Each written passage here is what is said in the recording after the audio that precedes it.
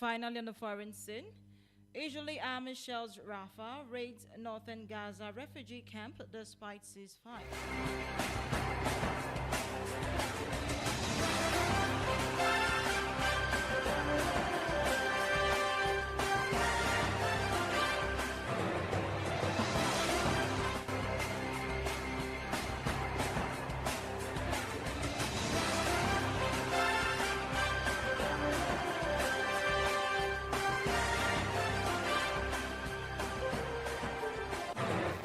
Now the news in detail.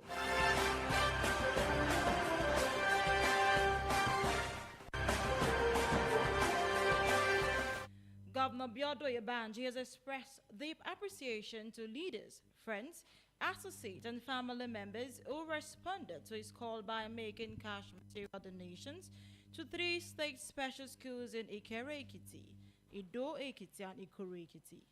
The donations also benefited the Rehabilitation Center and the Therapy Center for Children with Disabilities in Ado Ekiti, following an appeal made in a statement issued last week. The governor said the opportunity to bring joy to students of the special schools and other persons living with disabilities gave him immense satisfaction and fulfillment, far exceeding what any birthday celebration or personal gift could offer.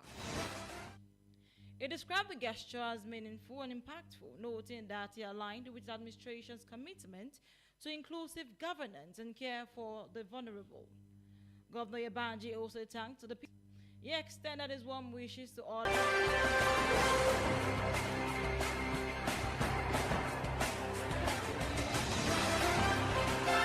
Governor Mr. Biodun into effect following its recent passage by Ekiti State House of Assembly. In addition to the budget, the governor will also give assent to 2 other important pieces of legislation passed by lawmakers.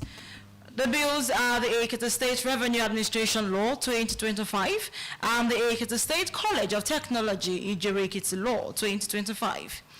The law signing ceremony is due to take place at the Ekiti State Executive Council Chamber, Governor's Office at Ado Ekiti at 10 a.m.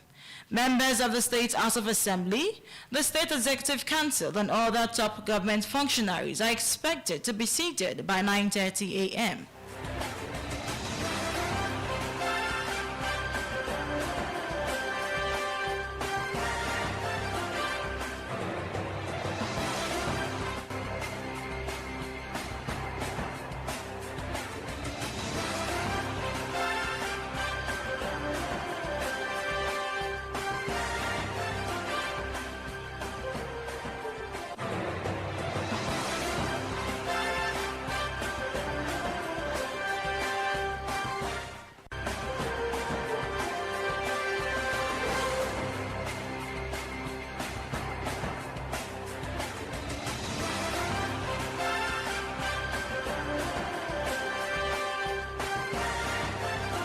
Festivities yesterday.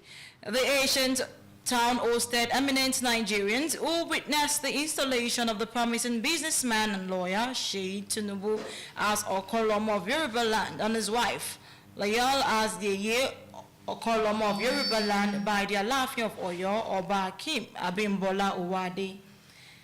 At the impressive ceremony, former governor of Zamfara State, Senator Abdulaziz Yari, was also installed as Obaloyin of Yoruba land.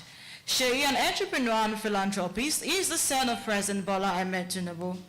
Governors, ministers, lawmakers, royal fathers, and presidential aides streamed into the town, turning the installation into a symbolic...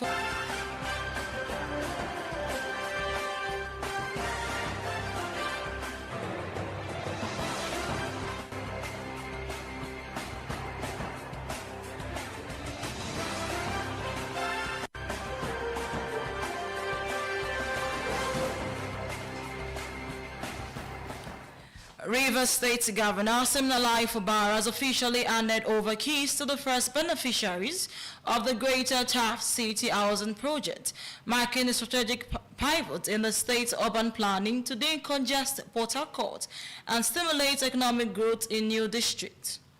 The recommissioning of the 1,000-unit phase 1 at the Obirikwere Airport Road site Fubara articulated an ambitious infrastructure plan aimed at transitioning rivers into a high-income state. A central pillar of the strategy, according to him, involved driving major housing projects away from the city center to create new development corridors. Fubara explained that the project, a partnership with TAF African Global Limited, is designed to ensure Rivers State is no longer viewed as a one-city state. He noted that the previous administration, through the Greater Port Harcourt City Development Authority, acquired the land specifically to move development outward, accommodate a growing population, and improve the quality of living.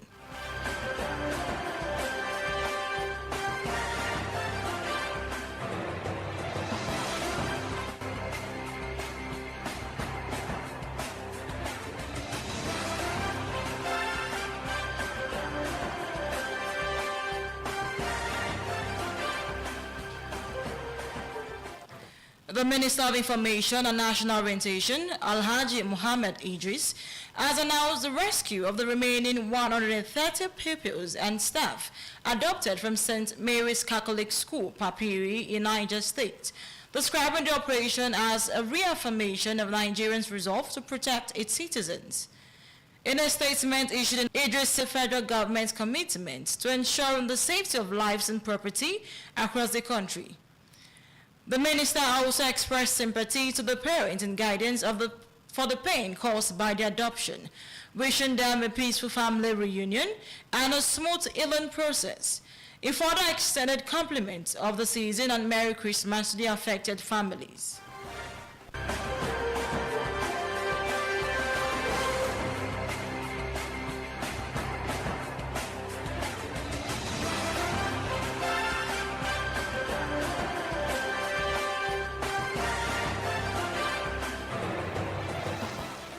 The federal government has temporarily opened the Bodo-Borno road to facilitate smoother transportation for residents during the Yuletide. Transportation for residents in the communities along the route during the Yuletide festivities said the road had been a long journey with delays and challenges along the way. But through the patience and cooperation of the community, its construction finally reached this important milestone, and the contractor has continued to do a beautiful job here. E.O. Julius Berger Nigerian PLC for the extent and quality of work done on the 35.7-kilometer Bodo-Borno Road project, noting that at the end of the job, Nigerians will be proud and feel safe to ply the legacy road.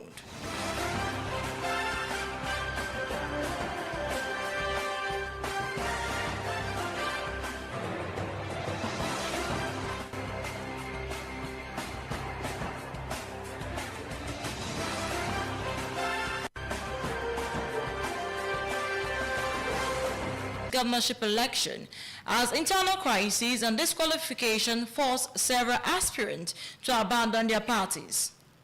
Disputes over party tickets, often linked to imposed candidates, have triggered defections and reshaped alignment, making the race increasingly unpredictable. Historically, the contest for Osho has been dominated by two parties, with the APC emerging over time to challenge PDP's long-standing influence. However, recent developments have altered that balance. The calculation changed dramatically when Governor Ademola Adeleke's bid to move to the APC was blocked, while the PDP relied on slipped into crisis, compelling a two-horse contest. Four parties, the APC, PDP, Accord Party, and the African Democratic Congress, are now actively in play. The ADC in particular has gained momentum due to the entry of a former governor and ex-minister of Interior, signaling a broader and more competitive political battlefield in Osun State.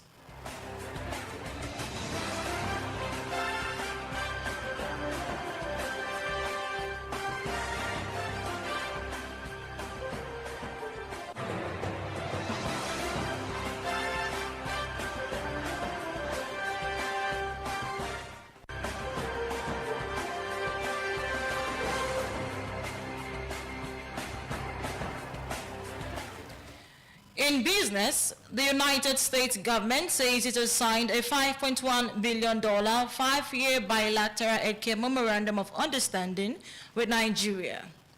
A statement issued on Sunday by the U.S. mission in Nigeria on its official X handle explained that the agreement aimed at advancing the U.S. government's American First Global Health Strategy.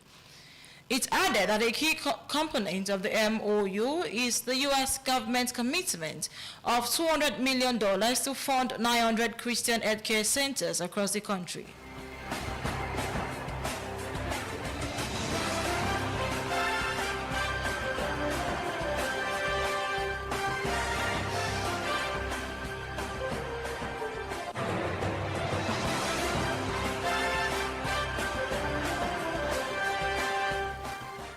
On the entertainment scene, Nollywood actress and filmmaker Iniedo has appealed to regulators and the public not to pull a new movie, A Very Dirty Christmas, from cinemas, saying the film does not in any way ridicule Christianity and urging critics to watch it before judging.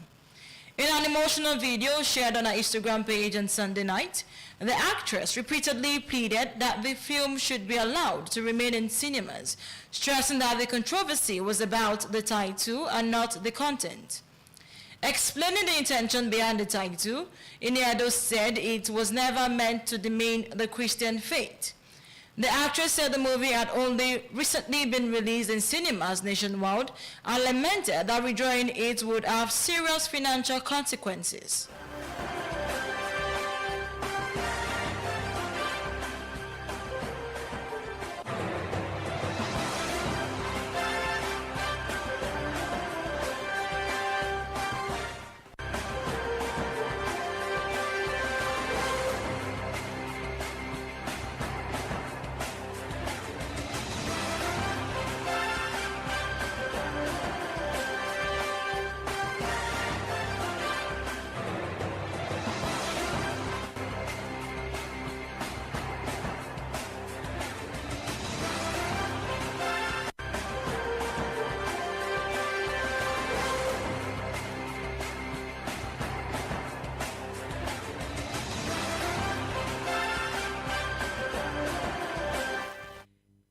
And taking us further in the sport news, we have Anthony Okpako.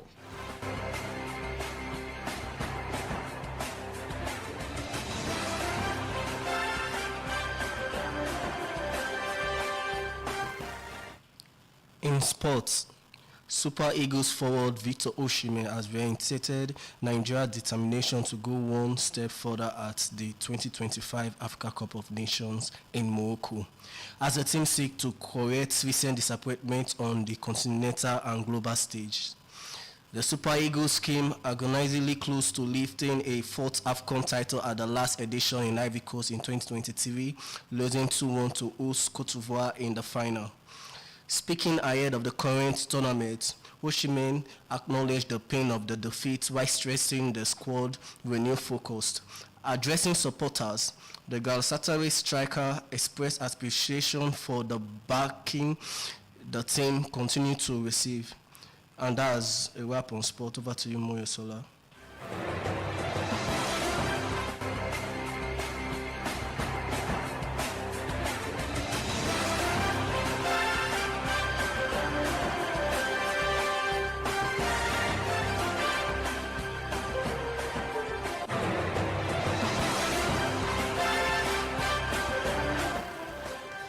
Final in the foreign news, the Israeli army struck the southern Gaza Strip early Monday and advanced into a refugee camp in central Gaza in violation of the ceasefire agreement.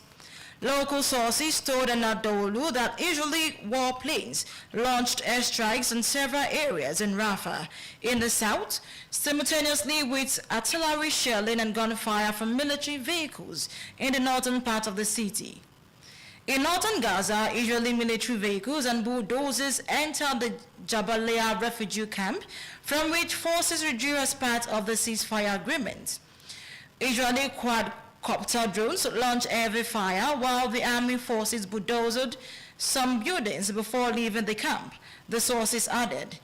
The Israeli army has killed nearly 71,000 Palestinians, mostly women and children, and injured over 171,000 others in attacks in Gaza since October 2023.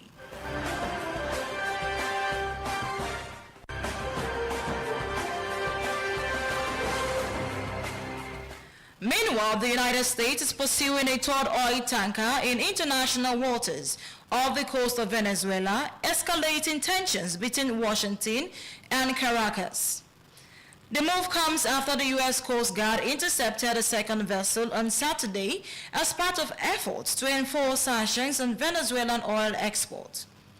Venezuelan authorities have strongly condemned the seizures, describing them as an act of piracy and a violation of international maritime law. Officials in Caracas accused the U.S. of using coercive measures to disrupt the country's oil trade and further strain its economy.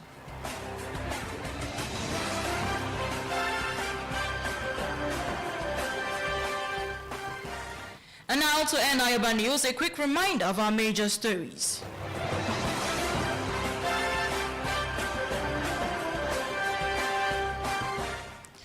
We told you Governor Biodo Yebanji has expressed deep appreciation to leaders, friends, associates, and family members who responded to his call by making cash and material donations to 3 state special schools in Ikere-Ekiti, Ido-Ekiti, and Ikore-Ekiti.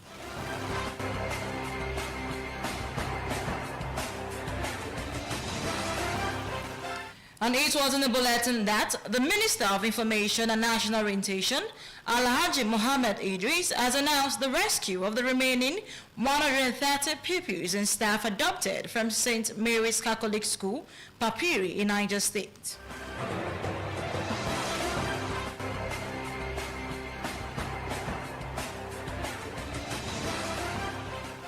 We informed you that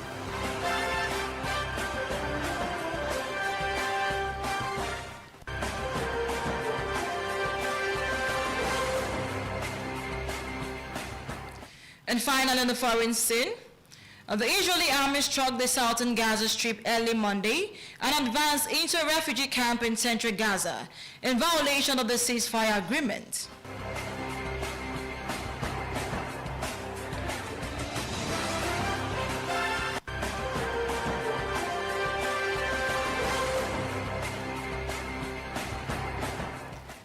And that's the size of our bulletin at this hour, as put together by the production team and edited by Compassionate Debayo.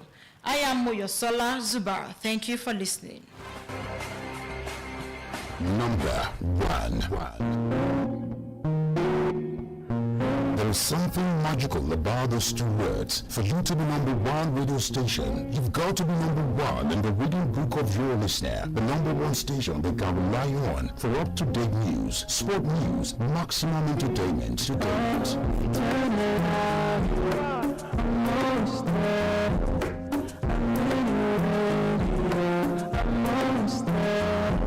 The only station that can depend